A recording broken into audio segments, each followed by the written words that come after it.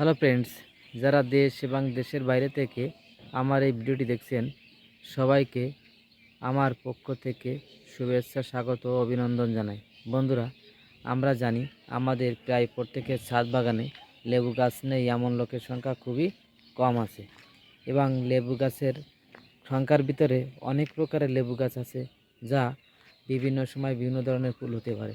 আমার এখানে যেমন আছে সুইট লেমন, দার্জিলিং কমলা সহ অন্যান্য যে কমলাগুলো বা লেবু গাছগুলো আছে, আপনারা দেখলেই দেখতে পারবেন যে এই সময় প্রচুর পরিমাণে ফুল দেয়।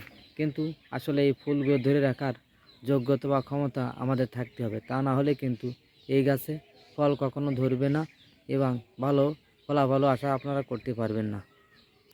বন্ধুরা দেখুন, এটি আমার দার্জিলিং কমলা, কী পরিমাণে ফুল ধরেছে দেখুন।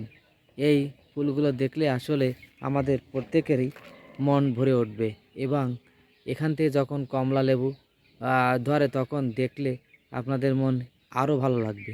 বন্ধুরা দেখুন, এটি আমার সুগন্ধু লেবুর গাছ, একটি ছোট্ট কসকেটের ভিতর আমি লাগিয়েছি। দেখুন এই লেবু গাছে কি পরিমাণে ফুল ধরেছে।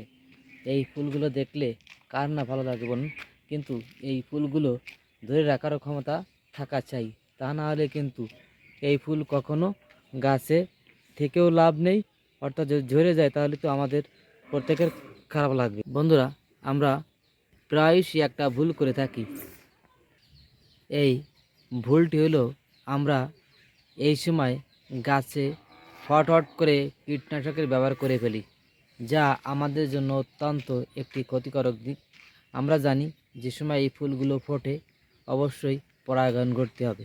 পরাগায়ন যদি না ঘটে তা কখনো আমাদের ফলগুলো পরিপুষ্ট হবে না, অর্থাৎ পরাগায়ন সংঘটিত জাইগোট তৈরি হবে না, ফলে ফলও তৈরি হবে না, এবং পরবর্তীতে এই গাছ রেখেও তেমন কোনো আর লাভ হবে না। তাই এই সময় কখনো কোনো ক্রমেই গাছে কীটনাশক প্রয়োগ করা যাবে না।